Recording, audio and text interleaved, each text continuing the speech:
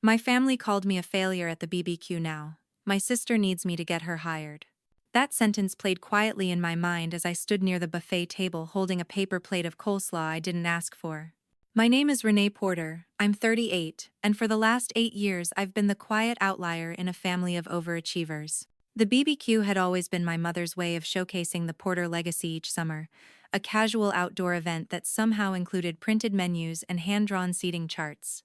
The wine was organic, the napkins were monogrammed, and the judgment was subtle but deliberate. This year, the judgment landed right on my shoulders the moment Emily stepped into the yard in her pastel dress and bright smile announcing her new job search like a victory speech. She hadn't even poured herself a drink before she declared loudly enough for every aunt and cousin to hear that she was interviewing with a company called Calix Insight. She spoke the name slowly, with that same smug tone she used when explaining international tax law to my grandfather.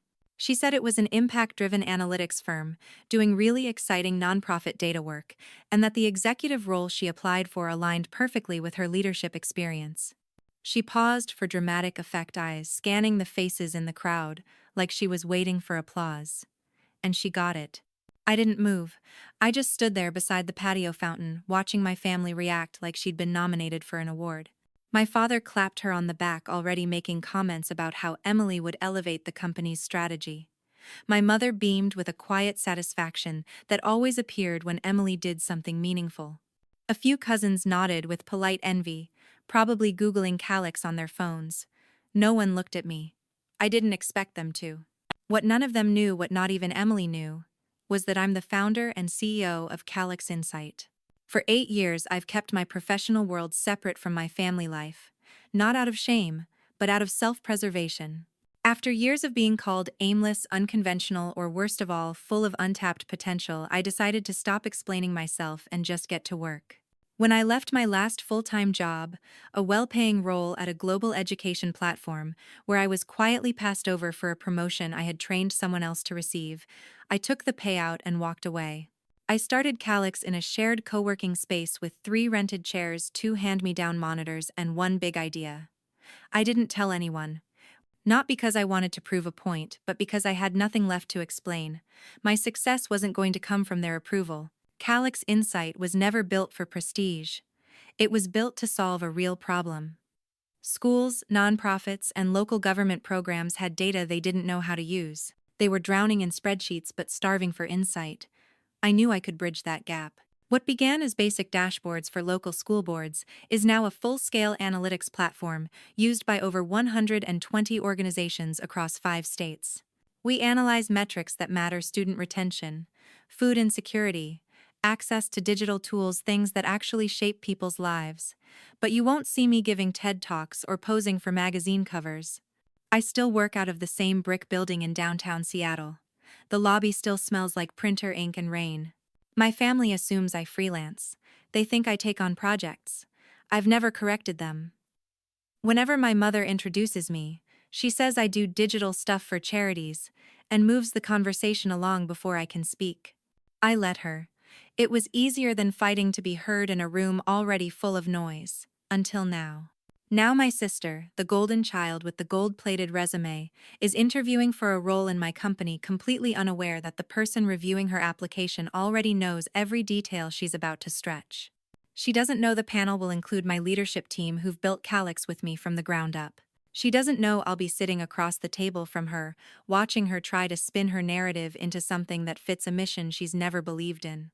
And the part that keeps circling in my head, even as I stand in the corner of this carefully staged barbecue, is that she had the nerve to look at me earlier and say, "Renee, you should really think about applying there too.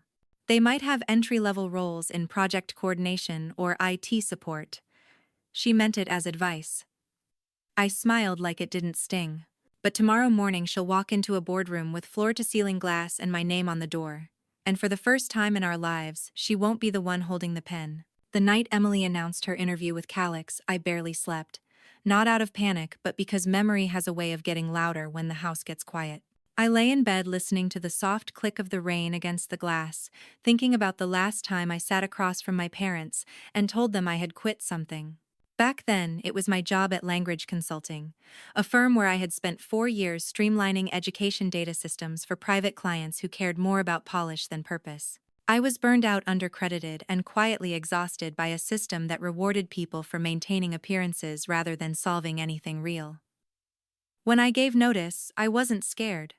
I was tired of waiting for permission to build something better, but telling my parents was harder than the decision itself. I still remember how my mother blinked twice before setting her coffee down, lips tightening before she forced a smile that didn't quite land. She asked me what I would do in the meantime, as if quitting was a phase that needed to be filled with something productive, until I came to my senses. My father didn't say much. He just turned the newspaper page and asked if I had a backup plan. When I explained the idea, an analytics platform designed specifically for nonprofits and school districts who couldn't afford overpriced tech but needed real insights, my mother nodded slowly, the way someone might respond to a child describing an imaginary friend. They didn't mock me, but they didn't take it seriously either. That kind of indifference cuts deeper than criticism. At least when someone criticizes you, they've acknowledged your existence. Silence implies irrelevance. Over the next few months, I stopped trying to explain what I was doing. When they asked how work was going, I gave them vague answers. Keeping busy, I'd say, or just consulting on a few projects. I told myself I didn't need their validation, but deep down, I wanted them to believe I could build something that mattered. Not because I craved applause, but because some part of me still carried the hope that they might one day look at me without quiet disappointment in their eyes. The early days of Calix weren't glamorous. I worked from a co-working desk wedged between a podcast studio and a crypto startup that burned out in 6 months. I ran my first client presentation using a borrowed projector and a logo I designed on Canva.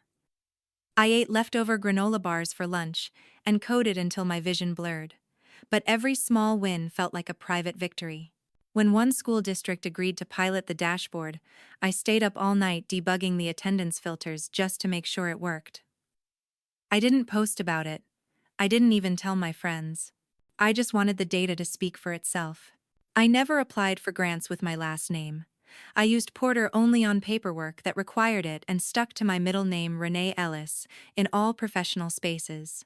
I wanted the work to stand on its own, free from family comparison.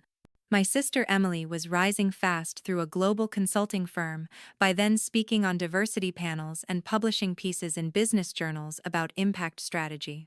Every holiday, my parents mentioned her articles like they were family heirlooms. I smiled and nodded, even when I knew some of her numbers were inflated, and some of her strategies were taken from templates I had quietly published under a Creative Commons license. That irony never escaped me. As Calix began to grow, I made a conscious decision not to bridge the two worlds. My family asked less and less about my work, and I gave them less and less to work with. I stopped showing up to every birthday dinner, skipped Christmas once, and let the emotional gap stretch until it stopped hurting. My therapist once asked me what I wanted from them, and it took me 5 full minutes to realize I didn't know anymore. Maybe at one point I just wanted to be heard.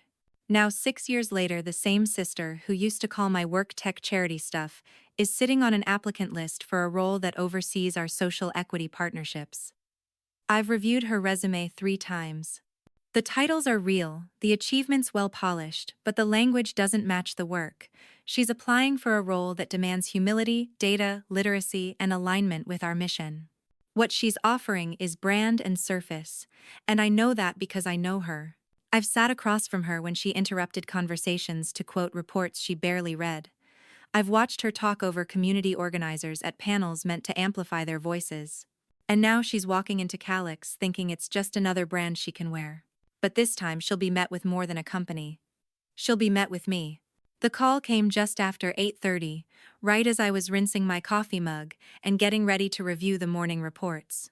Her name lit up on my screen like an old book pulled from the back of a forgotten shelf.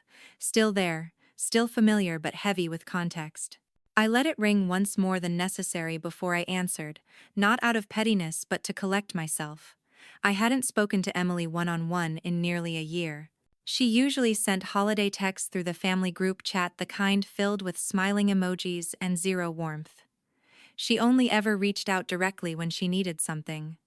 I knew this wasn't a social call.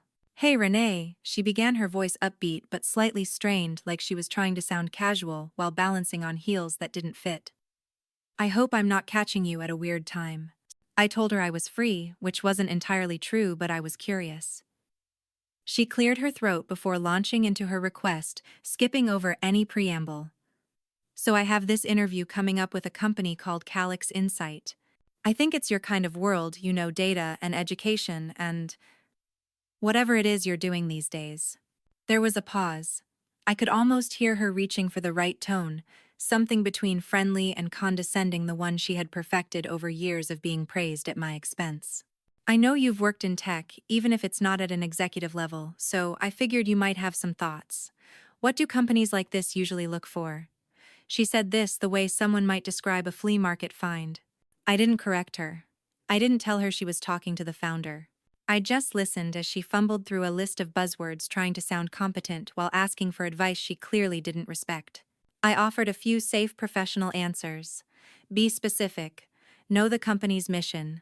Show curiosity, not just competence.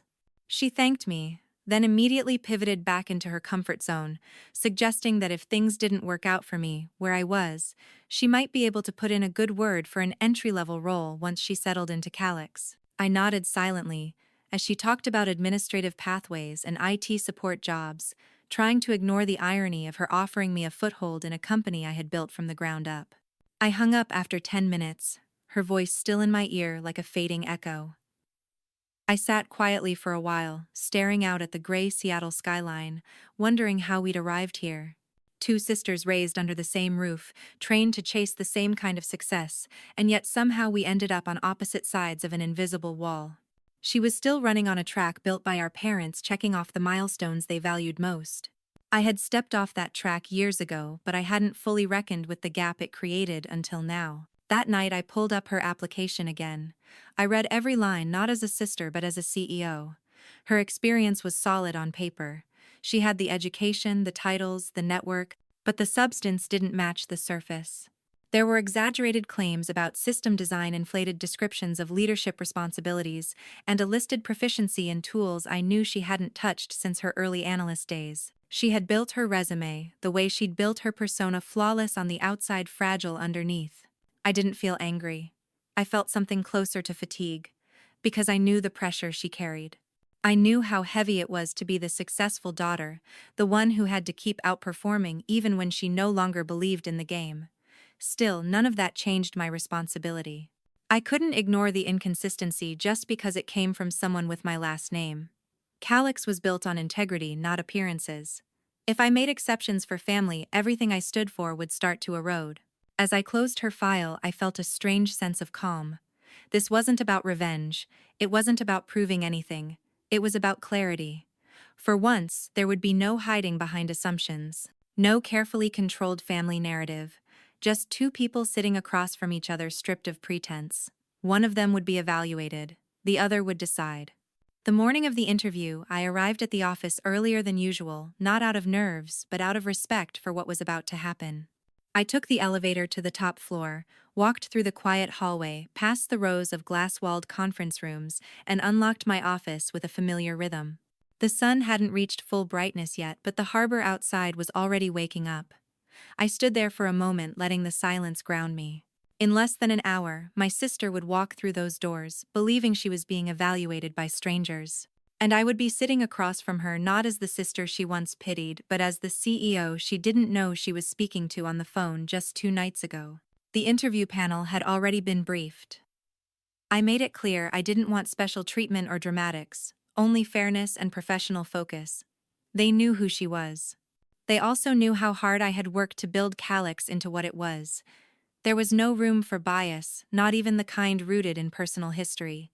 Raj from engineering would lead the technical portion. Veronica from legal would handle regulatory strategy. Sophia from HR would assess leadership alignment. I would close the session not as her sister, but as the person responsible for whether she could truly belong here. At exactly 9:55, I got a message from reception. Candidate has checked in, awaiting escort. I rose slowly, grabbed the folder with her resume, and walked out toward the lobby. Through the glass I saw her before she saw me. She was seated upright, navy suit, crisp resume, clutched in one hand and phone in the other. When she finally looked up, our eyes met and something shifted behind her expression. Her smile faltered not from fear but from confusion. She rose, still unsure what she was looking at. "Miss Porter," I said calmly, extending my hand. "Welcome to Calyx Insight. I'm Renee Ellis. I'll be conducting the final portion of your interview today." The handshake was weak, her fingers cold. She didn't say anything at first. When she did, it was barely a whisper. "You're Ellis," I nodded once, then gestured toward the hallway. "Follow me, please." We walked in silence to the main conference room. She avoided eye contact. Her pace slowed slightly, like she was stalling for breath she couldn't find. Inside the room, the others were already seated. No one acknowledged the shift in energy, though I knew they felt it. We started with the usual introductions. Emily's voice was tight but steady. She began answering questions, leaning on polished phrases and memorized metrics, but I could tell her rhythm was fractured. When Raj asked about her experience implementing data equity frameworks, she stumbled. When Veronica asked her to walk through a compliance scenario, she hesitated before giving an answer that lacked clarity. She smiled, too often nodding like she was still trying to win a dinner party instead of a leadership role. By the time Sophia began the behavioral section, Emily's voice had lost its confidence. Her story about overcoming internal team conflict was vague. Her response to questions about humility and accountability felt rehearsed. She looked over at me once, maybe searching for an anchor, but I kept my face neutral. I wasn't going to save her from the discomfort of being seen truthfully for the first time. When the panel excused themselves, I remained seated. She didn't move. "I didn't know," she said quietly, eyes fixed on the table. "You never told anyone." I waited, letting the silence stretch. "Why would you?" I asked, finally, voice steady. "No one ever asked." She looked at me, then really looked. "But all those years at holidays, you let them talk to you like you were still lost." I nodded. "Because their definition of success never matched mine. And I stopped needing them to approve it. There was no satisfaction in saying that, only clarity." She sat back slowly, hands folded over her lap, and for the first time in years, Emily looked unsure of who she was. The mask she had worn for so long was beginning to slip, not from exposure but from exhaustion.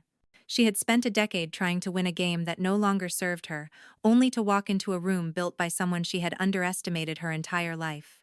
Emily sat across from me, no longer the composed professional she'd been when she walked through the door. Her voice was quieter now, her words less curated. "I just don't understand how you did all this without anyone knowing," she said, still scanning the room like she expected the walls to give her context she could control. I didn't answer right away because I knew what she was really asking wasn't about logistics. She was asking how I kept working while they kept talking. How I kept showing up without being seen. How I survived the weight of being underestimated by people who were supposed to believe in me first. When I finally spoke, I didn't say anything dramatic. I just told her the truth. I wasn't hiding. I was building.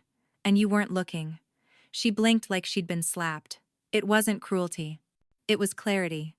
For the first time in years, I saw her shoulders drop, her posture collapse slightly, like she'd finally stopped trying to uphold something she didn't even believe in anymore.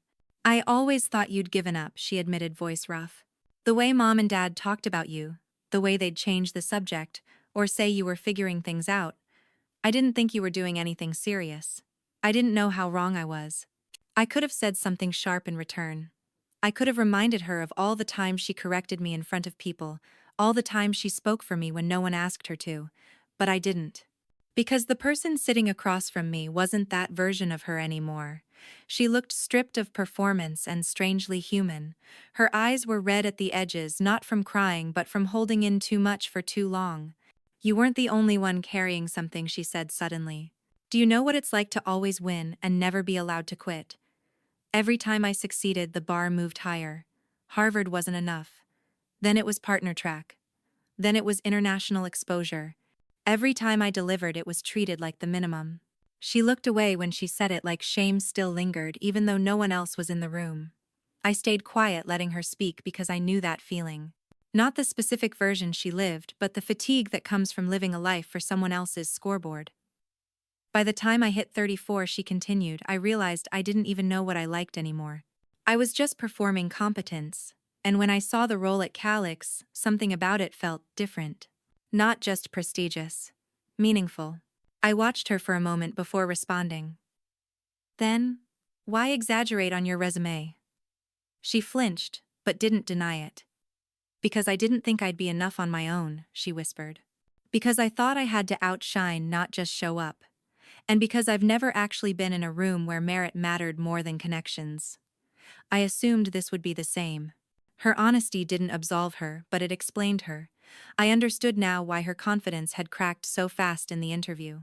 She hadn't just walked into a job opportunity, she had walked into the first honest mirror she'd faced in years.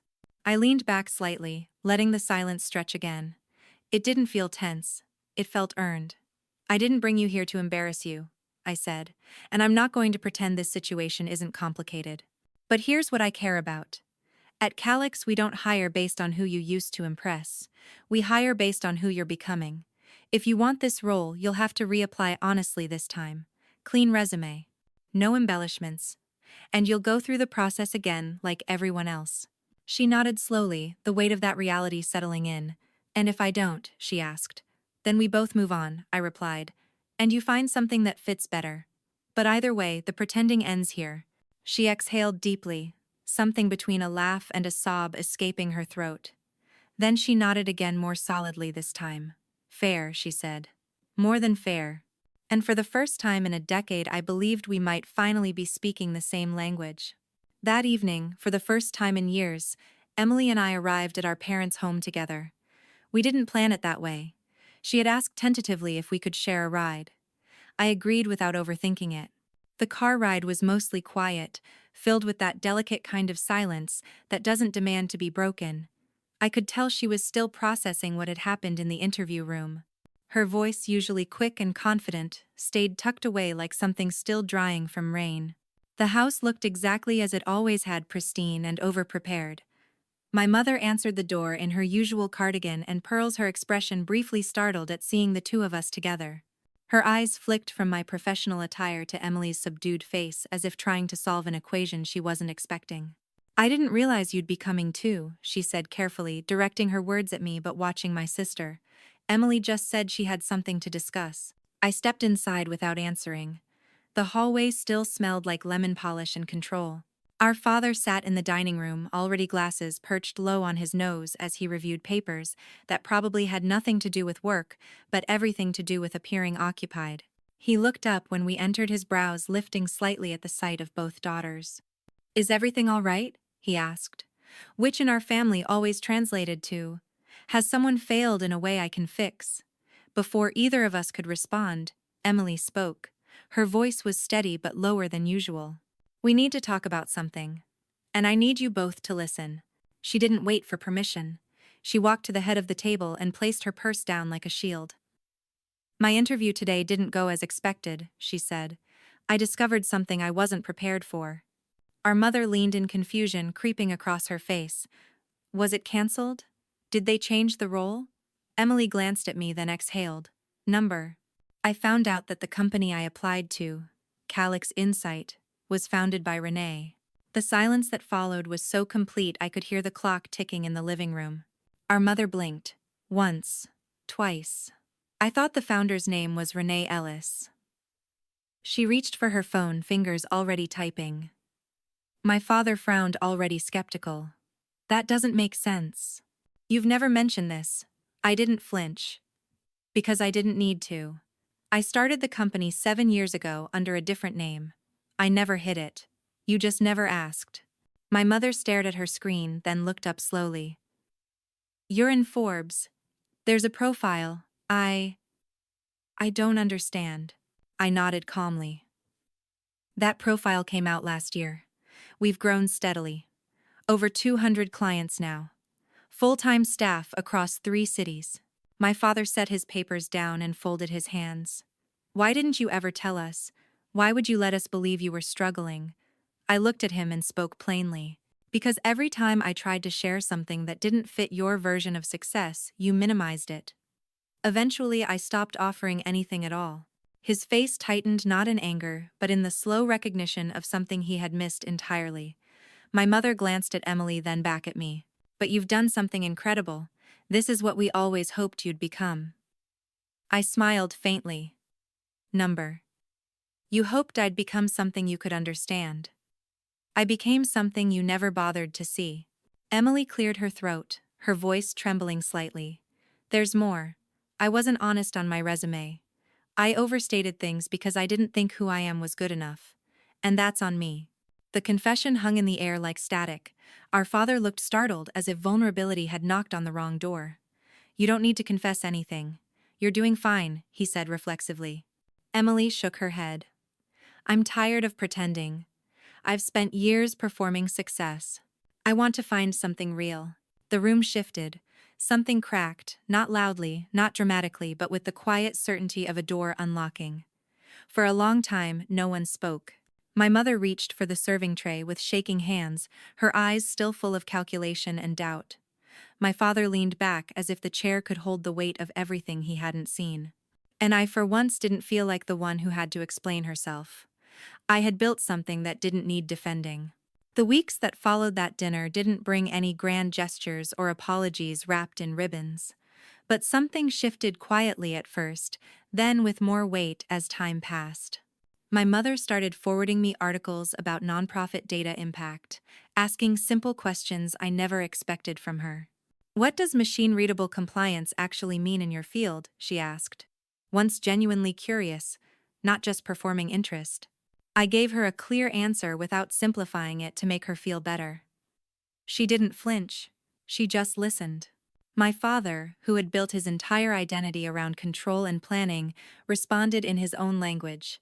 2 weeks after that night, I found a box at my office reception.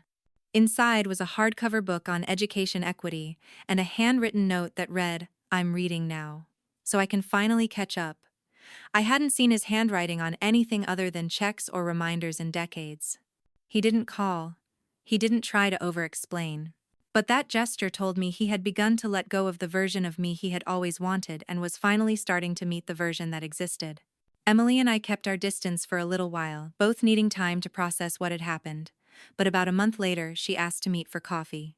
Not at the usual family brunch place with overpriced eggs and stiff napkins, but at a small cafe near Calix, the kind I had gone to for years while no one noticed. She looked different.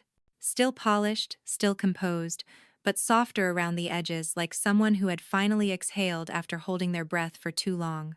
I didn't reapply, she said, no shame in her voice. It wouldn't have been fair. I wasn't ready, and we both know it. I respected her for that. I had built Calix on honesty, and she had finally shown me hers. But what she said next surprised me. I've been thinking about education access. About policy work that doesn't require selling yourself in a boardroom every week. I'm not sure where I belong yet, but for the first time in years, I'm asking what I actually care about instead of what looks impressive. I looked at her then, and saw not the sister who once overshadowed me, but a woman finally taking off a heavy costume. We began meeting once a week. Sometimes we talked about her next steps. Other times we didn't talk about work at all. We just sat, two people who had once been divided by comparisons neither of us had asked for now, trying to rebuild something grounded in reality. I showed her how we tracked impact metrics without over-polishing the numbers. She showed me how policy thinking could shape systems upstream. We challenged each other in ways that felt less like combat and more like construction. My parents didn't change overnight, but their behavior started to bend in new directions. When a cousin announced a promotion, my mother paused before launching into a monologue. Instead, she asked how the work made her feel. That small shift told me more than any apology could. At the next family gathering, someone brought up the old comparison game again. So now both Porter sisters are changing the world, an uncle joked. But before I could respond, my father stepped in surprisingly steady. We're learning to ask better questions than that now, he said. The conversation moved on. Success, I had learned, was never supposed to be a performance. It was supposed to be a process. And for the first time it felt like the people around me were beginning to understand that too. Emily still wasn't sure what came next, but she had enrolled in a course on education funding and started volunteering with a local after-school program. I watched her light up when she talked about actual kids, not campaigns or optics. It was a kind of pride that didn't rely on praise, and I recognized it instantly. At Calix, we continued expanding. I kept my head down, and my standards high. But I made space now, not just for results but for real conversations. I added a new section to our onboarding program, focused on ethical storytelling, because I had seen firsthand what happened when people became addicted to image over integrity. I stopped avoiding family events too. Not because they had changed completely, but because I no longer walked into them needing to be understood. I already knew who I was. 6 months after the interview, the energy in my life had shifted in ways that couldn't be captured in a single conversation. I wasn't attending more events or chasing visibility. In fact, I turned down a keynote invitation at a national conference just because it fell on the same day as Emily's first public talk for a local education nonprofit. It wasn't a major venue, just a small community center downtown, but she had invited me without any performance in her tone. Over the next few days, I began meeting with key department heads. Some were defensive, others cautiously optimistic. But most shared the same undercurrent of relief. They were tired of being told to protect the past at all costs. They wanted to build. And what they needed was not another directive but permission to dream again. I gave it without ceremony, through action more than words. Watching her that day standing in front of 30 folding chairs and a budget projector, I saw a different kind of pride on her face. It wasn't the polished kind she used to wear like armor. It was quieter, more grounded. She wasn't trying to prove she was impressive. She was trying to be useful. Her presentation was about funding access and digital inequality in rural schools. She didn't quote any glossy reports or name-drop international partners. Instead, she told the story of a sixth grader who had never owned a device with a keyboard and how that impacted learning. I listened as the room leaned in, not because she was perfect, but because she was present. That kind of leadership doesn't get you trophies. But it changes things. Not back. On the 5th day, I received a short message from Victor. Would you be open to coffee? I paused before answering, then typed tomorrow morning, 9 a.m. roof garden. The reply came quickly. I'll be there. That night, as I walked alone through the quiet corridors past the plaques, with outdated slogans past the glass trophy case still filled with awards Max had accepted in my father's name, I didn't feel bitterness. I felt clean air, the kind that comes after years of noise. I was no longer here to correct the past. I was here to lead the future. And this time I wasn't asking for space. I was setting the direction. The rooftop garden was quiet that morning, shrouded in a thin mist that rolled off the glass edges like breath held too long. It was early, just past 9, and the city below hadn't fully woken yet. I sat on a bench near the east side, where the sun usually broke through first, nursing a coffee I barely touched. The air smelled like damp stone, and something soft from the flowers someone still watered regularly. I didn't know if he would show, but I wasn't waiting for closure. I was holding space for whatever came next, whether it arrived gently or not at all. 10 minutes later, the elevator opened with a low chime, and Victor stepped out slowly, wearing a jacket too thin for the weather and a face too tired for denial. He saw me and paused, then made his way over without ceremony. He didn't sit right away, just stood there for a moment, hands in his pockets like he was trying to decide what version of himself to bring into this conversation. I didn't speak first. I'd learned that silence often says what words can't. Eventually, he took the seat opposite me and let out a long breath. "This is where your mother used to come when the board meetings ran too long," he said quietly. She said the only way to think clearly was to rise above the noise. I nodded once, remembering the same story. She used to bring me here on weekends, show me which parts of the city the firm's tech had reached, which buildings blinked with systems she helped design.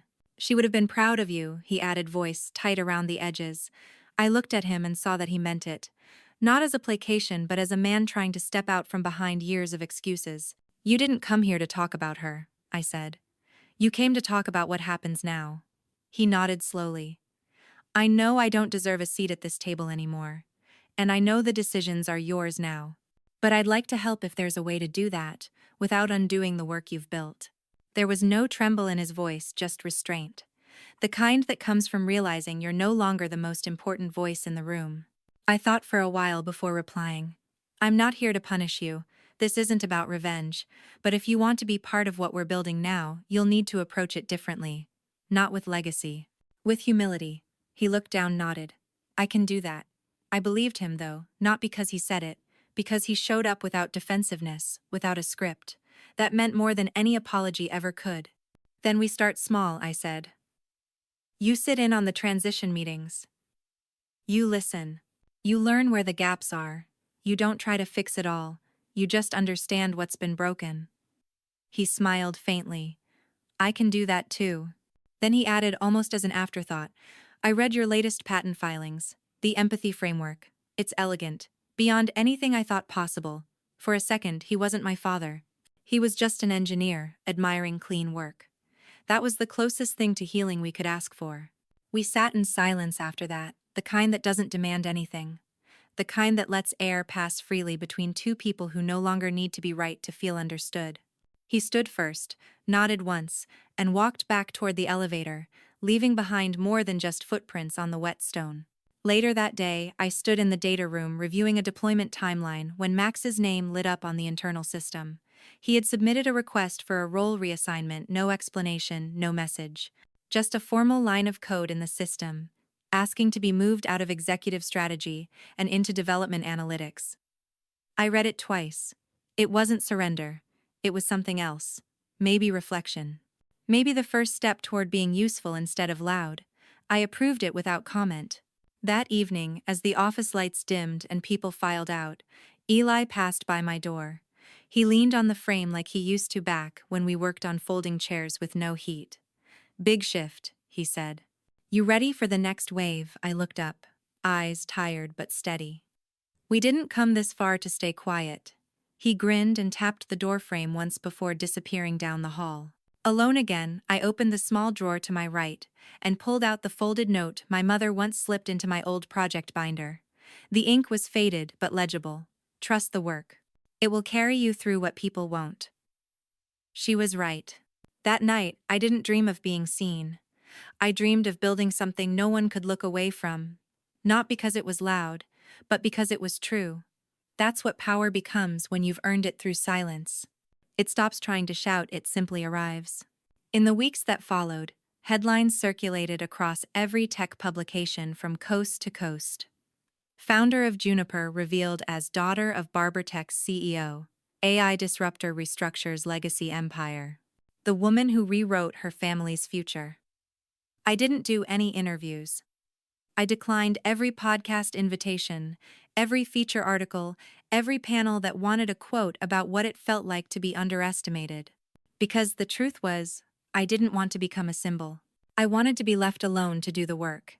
Publicity would come and go, but real infrastructure, real systemic change took time and quiet discipline. We had technology to scale ethics frameworks, to finalize, and a team now responsible not just for invention, but for transition. That was the part no one glamorizes. The part after the applause. Inside the building, things began to shift naturally. Gwen stepped down from her advisory role 3 days after Victor's quiet return to the boardroom. There was no argument, no press release, just a short internal memo and a bouquet of white tulips left on her desk by an assistant who didn't even know her favorite flower. Max kept to his lane in the data division, rarely making eye contact in the halls, but no longer faking importance in strategy meetings. I noticed him lingering a few extra minutes after product reviews, listening more than speaking, and occasionally leaving behind notes with useful observations. He wasn't trying to be a star anymore. He was trying to contribute. That in itself was progress. Victor re-entered slowly, always with a notebook, never with a speech. He sat in on meetings, asked careful questions, and never once interrupted a junior engineer mid-sentence. Some of them didn't recognize him, which he seemed to prefer. In private, we talked occasionally, not about the past, but about code, about philosophy, about the future of intelligent systems, and how we would keep them human. The more he listened, the more I saw the man my mother once loved, the version of him who stayed up late debugging her simulations, who sketched solutions in napkins, who never needed to be the loudest to be the most effective. That version had been buried for too long under boardroom politics and legacy pressure. Now it was resurfacing. And he looked lighter for it. One morning, Eli walked into my office, holding a prototype casing. It was sleek, efficient, elegant. the outer shell of the Juniper home node designed to scale our AI interface into public utilities. He placed it on my desk, didn't say anything at first, then he smiled. It's ready. Pilot cities are lined up. We're 3 weeks ahead of the forecast. I held the object in my hand, felt the subtle pulse of possibility humming beneath the surface. We had built something resilient. Not just technically but culturally, a system that could grow because it wasn't bound by ego. I looked up at him. You think they're ready? He nodded. More than they know. That afternoon, I stood in the West Conference Room, overlooking the city, the skyline reflecting off the glass, like a reminder that everything eventually reshapes itself. One of the interns walked past and paused. She looked nervous, like she wasn't sure if she should say something. Then she stepped forward. I just wanted to say thank you, she said quickly, for showing that you don't have to raise your voice to make space. I smiled, nodded once, and told her the truth. Sometimes, silence is the loudest strategy.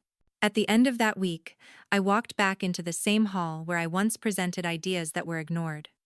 This time, I wasn't pitching, I was listening. My team led the session. I sat in the second row scribbling thoughts, letting them direct the energy. No one asked me for permission, they just moved forward.